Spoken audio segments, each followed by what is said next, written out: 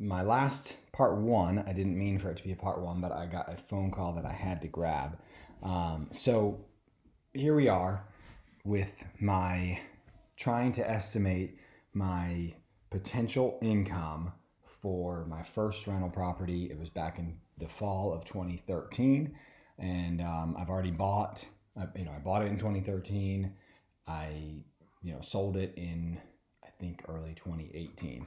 Either way, um, so the first I thought that 1300 rent would be what it would that it would rent for 1300. So I calculated 258 a month cash flow annually 3096 would be about 7.74%. Around the time I didn't necessarily, it was my first one, so I didn't know what kind of cash flow should I be expecting.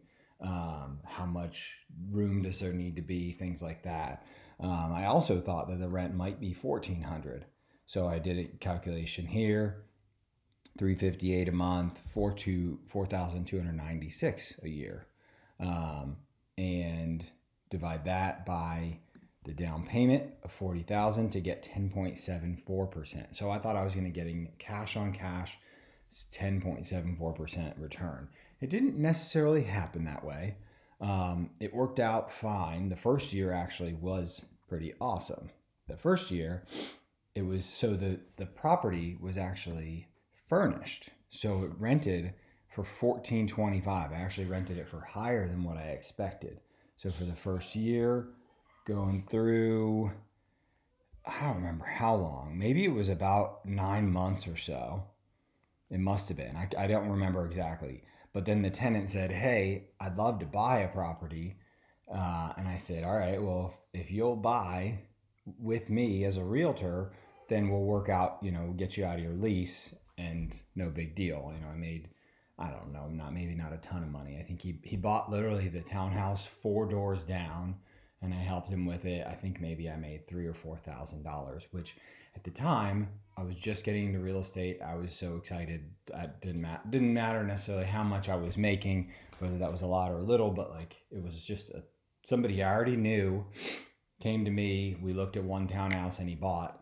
I was pretty happy with that. Let's say it was $3,000. That was awesome. So then, trying to get it re-rented, I remember was kind of hard.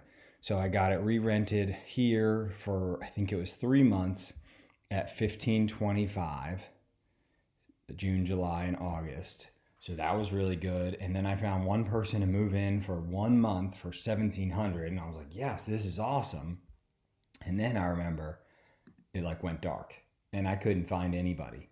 So in October, no one. November, no rent. And I'm like, dude, this isn't good. Like, hey, it's eating. We're still paying our mortgage, still paying the HOA. So then I forget if it was September, October, either way. At some point, my brother and I own this, right? So we ended up painting the place to try and make it better and get it rented. At some point, we just took all the furniture out, said, hey, maybe that's the issue. Most people don't want it furnished. They have their own furniture. I'm only getting short-term rentals. That's why I got, a 9-month person, a 3-month, and a 1-month person.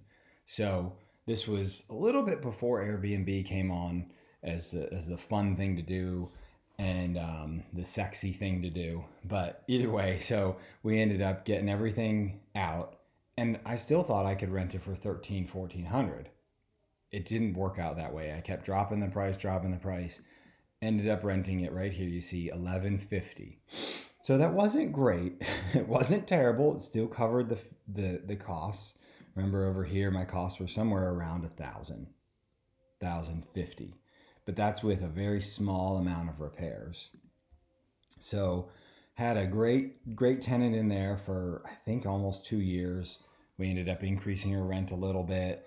And then in January of 2017 is where, and I'm kind of fast forwarding this, but so we weren't making much money. It wasn't cash flowing, but around, I put over here, $200 a month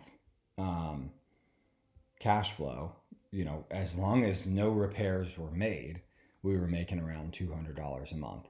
So it's working out. It worked out pretty similar to what I estimated. thankfully. And thankfully, the repairs weren't too bad. We had some HVAC stuff. It was a super old gas furnace. And thankfully, we were able to repair it and not have to replace it. And in February of 2017, I actually wasn't living in Charlotte. So for me to re-rent it, it just wasn't working. I wasn't able to get it re-rented. So my brother and I decided to sell it. And actually, no, here it was. Sorry. I switched the way I kept my stuff. So she stayed there through all the year, the whole year of 2017. 2018 was when we ended up selling it. And so I think I told you in the beginning of the last video, but we bought it for $156,900, and then we ended up selling it. It was about 4 years later, I believe, for $187,500, but minus a couple $3,500 in closing costs. So let's just do this. It was $184,000 minus the $156,900. So $27,000. But then there's some closing costs in there. Let's say there were $2,000 in closing costs, or paying the other realtor, whatever. So let's say it was like $22,000 maybe of profit. Divided by 4 years is about $5,500 per year of profit.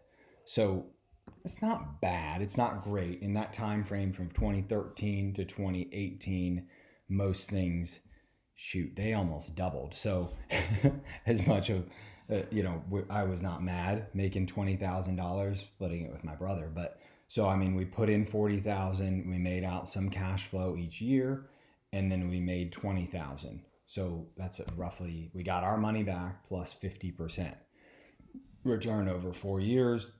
What's that? 25% a year. Yeah. 5,500 per year divided by the 40,000 is, I think that's exactly right at 25%.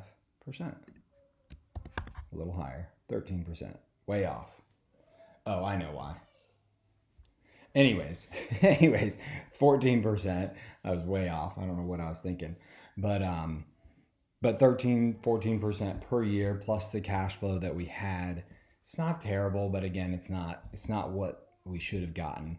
But I'll take it. It was profitable. It was fine. We learned. I'm going to do another one with our second property we bought, which was in 2014, and it was a duplex. And we still own it. It's cash flowed probably better than any other property that we own. I think I have a fourplex that just I own I'll do a deal thing on that too, an analyzer on that. But the duplex, I think, is turning about 21% cash flow right now. As of like this year, I just was calculating it yesterday. So, pretty cool. I hope you guys like it. Just breaking down, hey, here's how I started. I bought a townhouse, split it with my brother, so that it was both of our credit, both of our down payment for our money, and we figured it out. I don't think we bought the best deal. It didn't cash flow the greatest, but it did cash flow. It didn't put us under. We didn't take both of our households out of food. We just went and did something. And I think that's what most people need to do, is just analyze some deals and make a deal. Because once you get into your first one, you'll figure out a second one and a third one. Like, everybody wants to retire, and so they think every deal needs to be perfect, but you're not going to retire on one deal. I didn't make up that quote. I heard it from somebody else, but it's very true. And I just say, don't jump in and be stupid, but just get out there, analyze some deals, shoot me messages and ask me. I love analyzing deals. I'll help you if I can, and talk to you guys later.